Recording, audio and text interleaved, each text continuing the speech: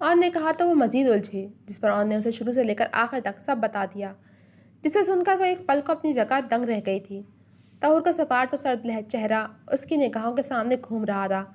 اون نے اسے سب کچھ بتا دیا تھا سوائے اس بات کے کہ طہور ابیض کو اپنا بھائی سمجھ رہی ہے۔ ایسا کیسے ہو سکتا ہے؟ عجیہ نے بے یقینی سے کہا تھا۔ جس شخص کو وہ اتنے عرصے سے چاہتی آ رہی تھی وہ پہلے سے ہی کسی اور کی الفت میں قید تھا، اور نہ صرف قید تھا بلکہ کسی اور کو اپنے نکاح میں بھی لے چکا تھا۔ یہی سچ ہے عجیہ، میں تمہارا بھلا چاہتا ہوں، اس لیے تمہیں یہ سب بتا رہا ہوں تاکہ تم ایک شراب کے پیچھے بھاگنا چھوڑ دو۔ ابیض تمہارے لیے ایک شراب ہی ہے جس کے پیچھے تم بھاگ کر اپنی زندگی خراب کر رہی ہو۔ اون نے نرمی سے اس کا پھیکا پڑتا چہرہ دیکھ کر اسے سمجھانا چاہا تھا، مگر وہ بنا کچھ کہے اٹھی اور باہر نکل گئی۔ مگر اون تعصب سے اس کی پشت کو دیکھ کر رہ گیا تھا، کیونکہ اس کی آنکھوں میں وہ آنسو دیکھ چکا تھا۔ گہرا سانس بھر کر وہ کرسی کے پشت سے ٹیک لگا کر آنکھیں موند گیا۔ وہ اس وقت گہری نیند میں تھی جس دن سے اس پر یہ بھیانک انکشاف ہوا تھا کہ وہ ابیض کی بہن نے اس کی راتوں کی نیند اڑ گئی تھی۔ چاہتے ہوئے بھی وہ سو نہیں پاتی تھی۔ یہ احساس اسے کچوکے لگاتا رہتا تھا کہ وہ اپنے ہی سوتیلی بھائی کے نکاح میں تھی۔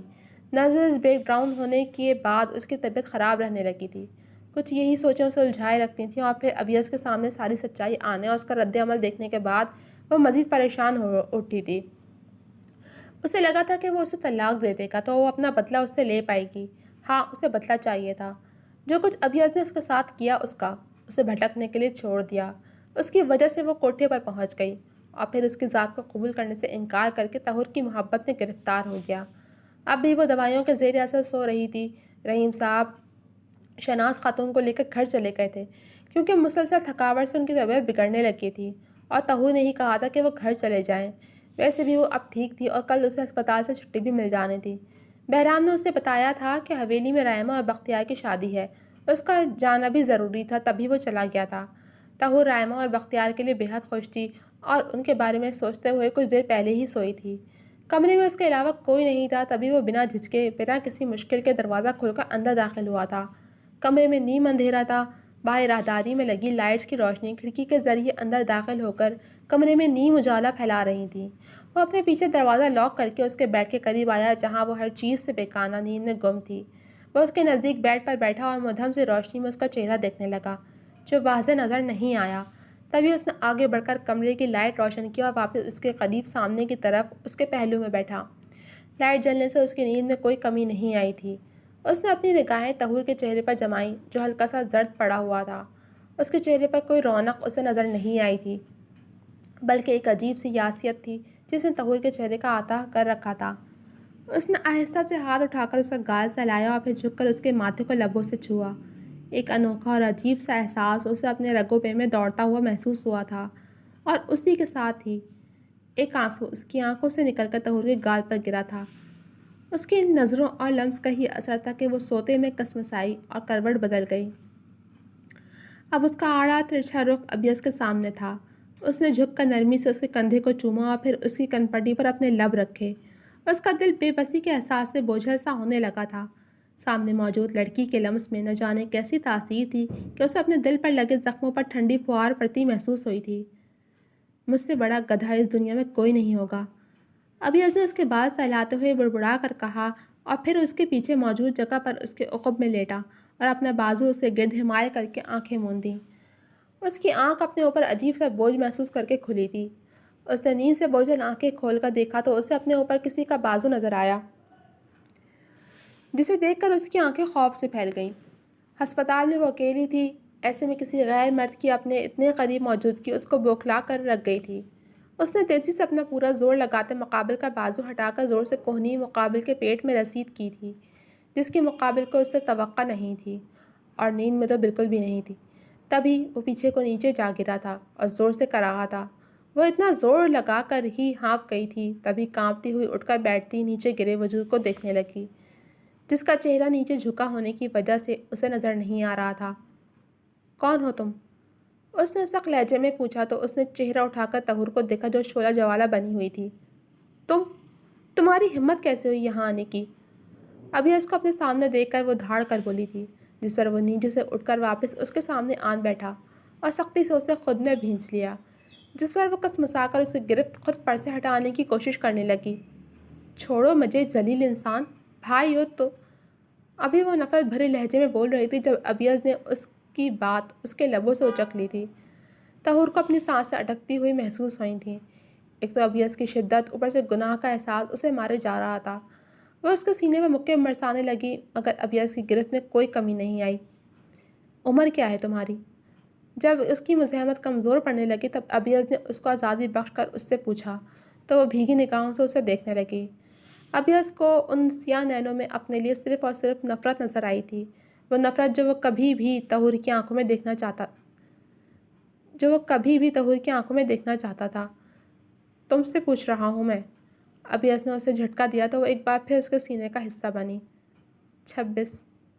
اس نے ابیز کو پرے دھکیلنے کی کوشش کرتے ہوئے ایک لفظی جواب دیا تھا۔ لہجے میں بے بسی عیاں تھی۔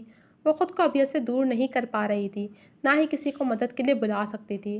روتے ہوئے اس کی سسکیاں بلند ہونے لگی تھیں۔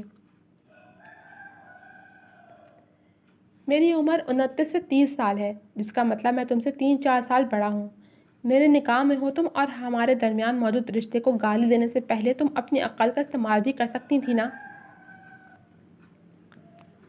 ابیز نے ایک ہاتھ سے اسے قابو کرتے ہوئے دوسرے سے اس کے آنسو صاف کرنے چاہے تو اس نے ابیز کا ہاتھ سختی سے دور جھٹکا۔ ہاتھ مت لگاؤ مجھے، گھن آتی ہے مجھے تم سے، طہور نے نفرت بھرے لہجے میں کہا۔ مگر مجھے گھن نہیں آتی، پیار آتا ہے تم پہ۔ اس نے ایک بار پھر طہور کے بال سہلائے تو اس نے پھر سے ابیز کا ہاتھ جھٹکا۔ اسے اس شخص سے نفرت تھی جو بلا وجہ اس کی جان کا وبال بن رہا تھا۔ دفع ہو جاؤ یہاں سے۔ وہ ایک بار پھر چٹکی تھی، مگر مقابل کو اس کے غصے کی جیسے پرواہ ہی نہیں تھی۔ میرے ساتھ چلو گی تو ابھی یہاں سے چلے جاتے ہیں۔ ابیز نے اچانک سے اپنی ٹائی کھولی اور اس کے دونوں ہاتھ اپنے قابو میں کرتے اسے بیڈ پر لٹا کر اچھی طرح سے ان کو بیڈ کے کراؤن سٹینڈ سے باندھ دیا۔ یہ سب اتنی اچانک ہوا کہ وہ اپنے آپ کو بچا بھی نہیں پائی تھی، بلکہ آنکھیں پھاڑے اسے دیکھنے لگی تھی جو اب اس کے پہلو میں اس کے بے حد قریب بیٹھا ذرا سا اس پر جھکایا تھا، یوں کہ وہ اس کے وجود پر چھایا ہوا محسوس ہو رہا تھا۔ تم انتہا کے گھٹیا اور ذلیل انسان ہو ابیز ملک۔ وہ نفرت سے چلائی تو اس نے تائید کرنے والے انداز میں سر ہلا دیا۔ تمہاری ہر تعریف سر آنکھوں پر، مگر یہ گھٹیا اور ذلیل انسان تمہارا شوہر ہے، وہ بھی بلوغت کا۔ تمہیں مجھ سے نفرت ہے مانتا ہوں، مگر اس نفرت کو ایک جانب رکھ کر میری بات تحمل سے سنو تاکہ جس اذیت میں تم مبتلا ہو وہ اذیت ختم ہو سکے۔ ابیز نے ٹھہرے ہوئے لہجے میں کہہ کر اس کے پلکوں پر پھونک ماری تو وہ غصے سے سرخ چہرہ اپنے دائیں جانب موڑ کر سامنے دیوار کو تکنے لگی۔ ابیز نے اس کی نفرت اور غصے پر گہرا سانس بھرا۔ تم مجھ سے 3-4 سال چھوٹی ہو، لیکن یہ بات بھی تم جانتی ہوگی کہ تمہاری ماں کی پہلی شادی تمہارے باپ سے ہی ہوئی تھی۔ ابیز نے کہا تو وہ چونک کر اسے دیکھنے لگی، مگر کہا کچھ نہیں۔ تم اپنی ماں کی پہلی اولاد ہو۔ تمہارے باپ سے طلاق کے بعد تمہاری ماں یعنی کرن ملک نے میرے باپ سے شادی کی تھی۔ ابیز نے پھر سے کہا تو طہور کی آنکھوں میں الجھن کے سائے تیرنے لگے جنہیں وہ بآسانی بھانپ گیا تھا۔ جب تمہاری ماں کی دوسری شادی میرے باپ سے ہوئی تھی تو اصلاً مجھے تم سے چھوٹا ہونا چاہیے تھا اور تمہیں بڑا، لیکن ایسا نہیں ہے، اور تمہیں یہ بات سوچنی چاہیے تھی کہ ایسا کیوں نہیں ہے۔ یہ سب سوچنے کے بجائے تم ایک احمقانہ نتیجے پر پہنچ گئیں جس کا کوئی سر پیر ہی نہیں بنتا۔ ابیز نے آخر میں جتایا تو وہ ناگواری سے ہوں کہہ کر رہ گئی، مگر ابیز کی بات اس کے دل کو لگی تھی۔ اس نے یہ سب کیوں نہیں سوچا تھا؟ اس کی ساری بات سن کر اس کے دل میں سکون کی ایک لہر دوڑی تھی۔ وہ جو اذیت اور گناہ کا احساس تھا وہ ختم ہو گیا تھا۔ جب تمہاری ماں نے میرے باپ سے دوسری شادی کی تو میں پہلے سے ہی ان کا بیٹا تھا۔ صاف لفظوں میں کہوں تو میں دلاور ملک کا بیٹا ہوں، مگر کرن ملک کا نہیں، کیونکہ کرن ملک میری اسٹیپ مدر ہیں، یعنی میرے سگے باپ کی دوسری بیوی۔ ابیز نے سنجیدہ سے لہجے میں کہا تو حیرت سے طہور کا منہ کھلا کا کھلا رہ گیا۔ ابیز نے پہلی بار اس کے چہرے پر غصے اور سرد پن کے علاوہ کوئی اور تاثر دیکھا تھا، تبھی اسے دیکھا تو دیکھتا چلا گیا۔ لوفروں کی طرح گھورنا بند کرو مجھے۔ طہور کو اس کی نظروں کا احساس ہوا تو سختی سے ٹوکا، جس پر وہ ہنس دیا۔ تم اور میں میاں بیوی ہیں، اس کے علاوہ اور کوئی رشتہ نہیں ہمارے بیچ۔ تم کرن ملک کی اور شہزاد ملک کی بیٹی ہو، جبکہ میں دلاور ملک اور اشنا ملک کا بیٹا ہوں۔ میرا اور تمہارا نکاح جائز ہے کیونکہ ہم دونوں کے والدین الگ الگ ہیں۔ تم نے جو دیکھا اس پر یقین کر لیا اور پھر اس بات کو سوچ سوچ کر اپنی طبیعت خراب کر لی۔ اس بات کی کچھ تو تحقیق کی ہوتی۔ ابھی اس کا انداز ملامت کرنے والا تھا، جس پر طہور نے کاٹدار نگاہوں سے اسے دیکھا۔ تم نے کر لی نا تحقیق، اب آ گئی ہے نا سچائی سامنے، تو اب مجھے طلاق دے دو۔ طہور نے تلخ لہجے میں کہا تو ابیز نے بنا کوئی جواب دیے جھک کر باری باری اس کی آنکھوں کو چوما۔ اس نے بے ساختہ اپنا رخ موڑنا چاہا تھا، مگر ابیز نے اس کی ہر کوشش کو ناکام کر دیا تھا۔ بے بسی کے احساس سے اس کی آنکھوں میں نمی ابھرنے لگی۔ مت چھوؤ مجھے، گھن آتی ہے تم سے اور تمہارے لمس سے، اس نے بھیگے نفرت بھرے لہجے میں کہا، مگر وہ برا منائے بغیر اس کے چہرے کے ہر نقش کو اپنے لمس سے مہکاتا رہا، جس پر وہ بے بسی کے مارے بس مچل ہی سکے۔ وہ بے آواز رونے لگے تھے، جس پر ابیض نے سیدھے ہوتے اپنے ہاتھوں سے اس کے آنسو صاف کیا، اسے بغور دیکھنے لگا، جس کی آنکھیں رونے کے باعث سجھی ہوئی تھیں۔ عام سے چہروں پر بھی عشق اترتا ہے، کہانیاں فقط شہزادیوں کی نہیں ہوتی، تم کسی سیارے کی ہجرت زدہ لگتی ہو، ایسی آنکھیں زمین ذاتیوں کی نہیں ہوتی۔ وہ اس کی آنکھوں کی اور دیکھتا محبت سے پر لہجے میں بولا تو وہ بہتی آنکھوں سے اسے دیکھنے لگی۔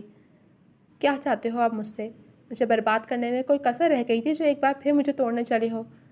اس نے بے دردی سے لب کچلتے ہوئے استفسار کیا، لہجہ بےحد ٹوٹا اور تھکا ہارا تھا۔ تمہیں چاہتا ہوں میں، اب بےحد چاہتا ہوں، نہیں رہ سکتا تمہارے بغیر، مجھ سے الگ ہونے کی بات مت کرو، باقی تمہاری ہر بات مانوں گا، جو تم کہو گی وہی کروں گا۔ ابیض نے اس کی بات سن کر بے بسی سے کہا تو وہ تلخ سا مسکرائی۔ کیوں مانو گے میری ہر بات؟ وہی ہوں میں جسے بوجھ سمجھ کر سڑکوں پر رلنے کے لیے چھوڑ دیا تھا تم نے۔ چھوٹے بچے نہیں تھے تم جسے یہ پتہ نہ ہوتا کہ عزت تھی میں تمہاری، جس کی حفاظت کا ذمہ تمہیں سونپا گیا تھا، مجھے تمہاری کفالت میں دیا گیا تھا، مگر تم نے تو اپنی ہی عزت کو نیلام ہونے کے لیے کوٹھے پر پہنچا دیا۔ ایک بار پھر اس کا لہجہ بھیگنے لگا تھا، وہ وقت یاد کر کے جب وہ کوٹھے پر تھی اور اسے نہ جانے کتنی اذیتیں سہنی پڑی تھیں۔ ایسا مت کہو، میرا ایسا کوئی ارادہ نہیں تھا، میں تب بہت غصے میں تھا، مجھے لگا تھا کہ تم اپنے گھر چلی جاؤ گی۔ ابھی اس نے ندامت بھرے لہجے میں کہا تو وہ استہزائیہ انداز میں ہنسی۔ گھر؟ وہ میرا نہیں، میری ستیلی ماں کا گھر تھا، تمہارے سامنے ہی تو تھا ان کا سلوک، تمہارے سامنے ہی تو مجھے گھر سے نکالا تھا انہوں نے، پھر تم نے کیسے سوچ لیا تھا کہ میں وہاں واپس جاؤں گی اور مجھے ویلکم کہا جائے گا؟ وہ تلخ انداز میں سراپا سوال تھی، مگر ابھی اس کے پاس اس کے سوالوں کا کوئی جواب نہیں تھا۔ میں وہاں سے کوٹھے پر پہنچ گئی تھی ابیض ملک، کوٹھے کا مطلب سمجھتے ہو نا؟ یا مجھے بتانا پڑے گا کہ وہاں تمہاری منقوہہ کے ساتھ کیا کیا ہوا، کس کس نے تمہاری منقوہہ کو چھوا اور کیسے اسے؟ وہ انتہائی اذیت بھرے لہجے میں بول رہی تھی جب ابیض نے بے ساختہ اس کی بات کاٹی۔ نہیں، بس کرو، مجھے کچھ نہیں جاننا، چپ رہو پلیز، ابیض نے تڑپ کر کہا تو وہ سرد نگاہوں سے اسے دیکھنے لگی۔ تم سن نہیں پا رہے، اور میں نے تو یہ سب کچھ سہا ہے، میری عزت کا اندازہ کیسے لگا سکتے ہو تم؟ وہ پھر سے سوالیہ ہوئی تو ابیض نے اپنے خشک لبوں پر زبان پھیری۔ مجھے تمہارے ماضی سے کوئی فرق نہیں پڑتا، تم مجھے جیسی ہو ویسے قبول ہو، مجھے تم سے محبت ہے طہور، مجھے کسی بات سے کوئی فرق نہیں پڑتا، ابیض نے مضبوط لہجے میں کہا تو وہ بے ساختہ ہنسنے لگی، پاگلوں کی طرح، کہ ابیض اسے الجھ کر دیکھنے لگا۔ کچھ دیر وہ یوں ہی ہنستی رہی اور پھر چپ ہو گئی، اچانک سے جیسے کسی نے اس کی چابی بند کر دی ہو۔ تمہیں فرق نہیں پڑتا، لیکن مجھے فرق پڑتا ہے، اس بات سے کہ تمہاری وجہ سے میری زندگی برباد ہوئی۔ مجھے اس بات سے فرق پڑتا ہے کہ تمہیں اپنی بیوی انفال سے نہیں، ایک غیر عورت طہور فاطمہ سے محبت ہوئی۔ مجھے اس بات سے فرق پڑتا ہے کہ تم اپنی بیوی انفال کا ماضی جاننے کے بعد اس کے ساتھ سمجھوتا کرنے کو تیار تھے، لیکن بعد میں اسی بیوی کے قریب آنے پر تمہیں اس کی قربت اچھی نہیں لگی تو تم نے اسے جھٹلا دیا۔ مجھے اس بات سے فرق پڑتا ہے کہ تمہیں اپنی بیوی کے ماضی سے فرق پڑتا تھا، جس کی وجہ سے تم اس کے ساتھ سمجھوتے کی زندگی گزارنا چاہ رہے تھے، صرف اپنے پچھتاوے کے ہاتھوں مجبور ہو کر۔ لیکن طہور فاطمہ کے ماضی سے تمہیں کوئی فرق نہیں، بیوی انفال کی پرواہ نہیں ہوئی، مگر تمہیں طہور فاطمہ کی پرواہ ہے، اور تمہیں اس بات سے لازمی فرق پڑنا چاہیے کہ طہور فاطمہ ہو یا انفال، دونوں کو تم سے نفرت ہے، شدید نفرت۔ چلا کر بولتی وہ اپنے آپے سے باہر ہو گئی تھی، اس کا بس نہیں چل رہا تھا کہ ابیض کو اپنی نظروں کے سامنے سے غائب کر دے، مگر اس نے طہور کے ہاتھ باندھ رکھے تھے، ورنہ وہ یہ بھی کر گزرتی۔ اس کے لفظ سے رستی اذیت کو محسوس کر کے ابیض کی آنکھیں نم ہونے لگیں، اپنی نادانی میں، اور پھر بعد میں بھی وہ برے طریقے سے کہ اس کے دل میں ابیض کے لیے نفرت کے علاوہ کوئی جذبہ نہیں تھا۔ میں جانتا ہوں میں غلط ہوں، ہر چیز سے میری ہی غلطی ہے، جو کچھ ہوا وہ سب میری وجہ سے ہوا، مگر محبت کرنا تو میرے بس میں نہیں تھا نا، میرے بس میں ہوتا تو میں انفال سے محبت کرتا، طہور سے نہیں۔ مجھے اپنے کیے پر پچھتاوا تھا، تبھی انفال کو ڈھونڈ رہا تھا، تبھی جب وہ ملی تو میں نے اس کو اپنی زندگی میں شامل کرنا چاہا، اسے اس گندگی سے نکال کر اس کے ساتھ اپنی زندگی شروع کرنی چاہی۔ طہور فاطمہ کو لاحاصل سمجھ کر میں نے انفال کے ساتھ زندگی شروع کرنے کا سوچا تھا۔ انفال کی خواہش تھی کہ میری زندگی میں اس کے علاوہ کوئی اور عورت نہ ہو، تو اس کی خواہش کا احترام کرتے میں نے طہور فاطمہ کو بھول جانا چاہا تھا۔ یہ وہ خود تھی جس نے سب کچھ ٹھیک ہونے کے بعد مجھ سے طلاق کا مطالبہ کیا تھا۔ میں نے انفال کو سمجھایا تھا مگر وہ طلاق چاہتی تھی۔ تبھی میں نے اس کا فیوچر سیکیور کرنے کے لیے اسے ایک فلیٹ اور 7 ماہانہ خرچہ بھی دینا چاہا، صرف اس لیے کہ وہ اپنی آگے کی زندگی اچھے سے جی سکے۔ ابھی اس نے نہ چاہتے ہوئے بھی دھیمے لہجے میں اپنی صفائی دینے کی کوشش کی تھی۔ بہت سی چیزیں تھیں جن کو اس نے ٹھیک کرنا چاہا تھا، مگر ہمیشہ کی طرح وہ نہیں ہوا تھا جو اس نے چاہا تھا۔ وہ تم سے طلاق کا مطالبہ کیوں نہ کر دیا ابیاز ملک؟ ایک بیوی کا حق ہوتا ہے کہ وہ جب چاہے اپنے شوہر کے قریب جا کر اس کی قربت کا حق حاصل کرے، لیکن میرے کہنے پر وہ جب تمہارے قریب آئی تھی تو تم نے اسے جھٹک دیا تھا، حقارت سے، نفرت سے۔ کیوں؟ کیونکہ تمہیں بڑھتی ہوئی عورت نہیں چاہیے تھی، طاہور نے کڑوے لہجے میں کہا۔ ایسا نہیں ہے بخدا۔ وہ تڑپ اٹھا تھا اس کی بات پر۔ میں نے انفال کو تمہاری زندگی میں انفال کی حیثیت کا تعین کرنے کے لیے بھیجا تھا، اور پتہ ہے کیا ابیاز ملک، مجھے انفال کو تمہاری زندگی میں بھیج کر یہ پتہ چلا کہ تمہیں انفال کی کوئی فکر نہیں تھی، تمہیں اپنے کیے پر پچھتاوا تھا، اس بات کا گلٹ تھا کہ تمہاری وجہ سے انفال کی زندگی برباد ہو گئی، اور اس گلٹ نے تمہیں بے سکون کر رکھا تھا۔ تم انفال کی فکر میں انفال کو نہیں ڈھونڈ رہے تھے، بلکہ اپنے ضمیر کی آواز پر اپنے گلٹ کو ختم کرنے اور اپنے سکون کو واپس پانے کے لیے انفال کو ڈھونڈ رہے تھے، تاکہ اسے معافی مانگ کر اپنا کھویا ہوا سکون حاصل کر سکو۔ طاہور نے سرد لہجے میں جیسے اس حقیقت کا آئینہ دکھایا تھا، مگر اس کا سر مسلسل نفی میں ہل رہا تھا، جیسے کہہ رہا ہو یہ سچ نہیں تھا۔ تم میرے سامنے اقرار کرو یا نہ کرو، لیکن سچ یہی ہے کہ انسان صرف اپنے سکون کو واپس پانے کے لیے دوسروں کے سامنے جھکتا ہے، اپنے کیے کا ازالہ کرتا ہے، تاکہ اپنے ضمیر کی عدالت میں سرخرو ہو۔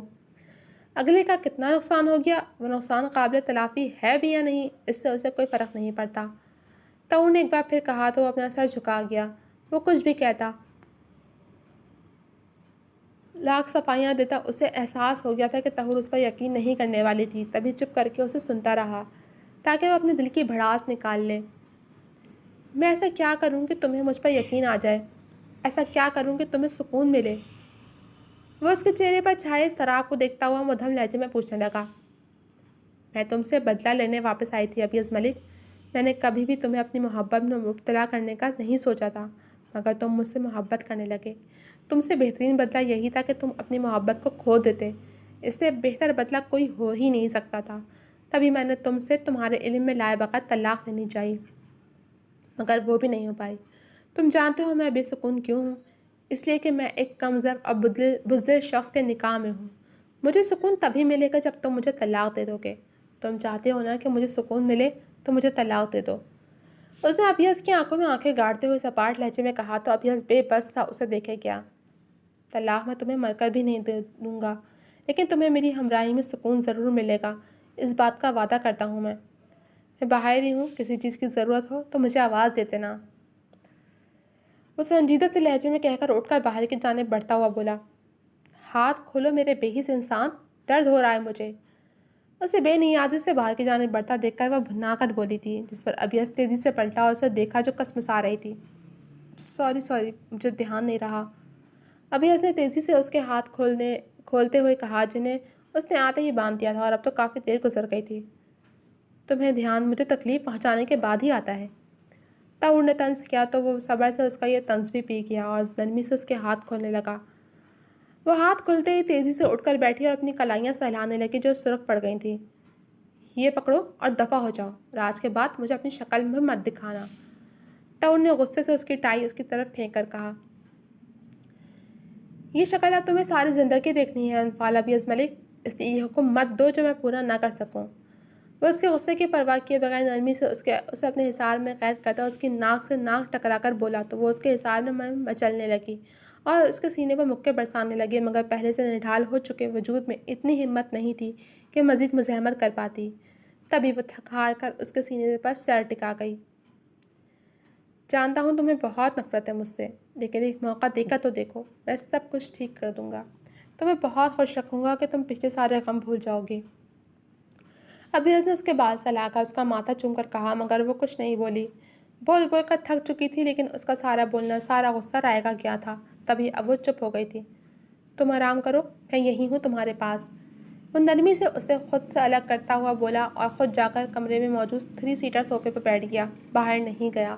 جانتا تھا کہ اسے ناگوار گزرے گا، لیکن وہ اسے اکیلا بھی نہیں چھوڑنا چاہتا تھا۔ وہ اسے نظر انداز کر کے چپ چاپ لیٹ گئی تھی۔ اس کی باتوں کو، اس کے انداز کو سوچتے کب وہ گہری نیند میں ہوتی اسے خبر بھی نہیں ہوئی تھی۔ تو جناب، اب تک کے لیے صرف اتنا ہی۔ کیسی لگی آپ کو یہ ایپیسوڈ؟ کمنٹ سیکشن میں اپنی رائے کا اظہار ضرور کیجیے گا۔ جو ملوں گے آپ سے اگلے ایپیسوڈ کے ساتھ، تب تک کے لیے اللہ حافظ۔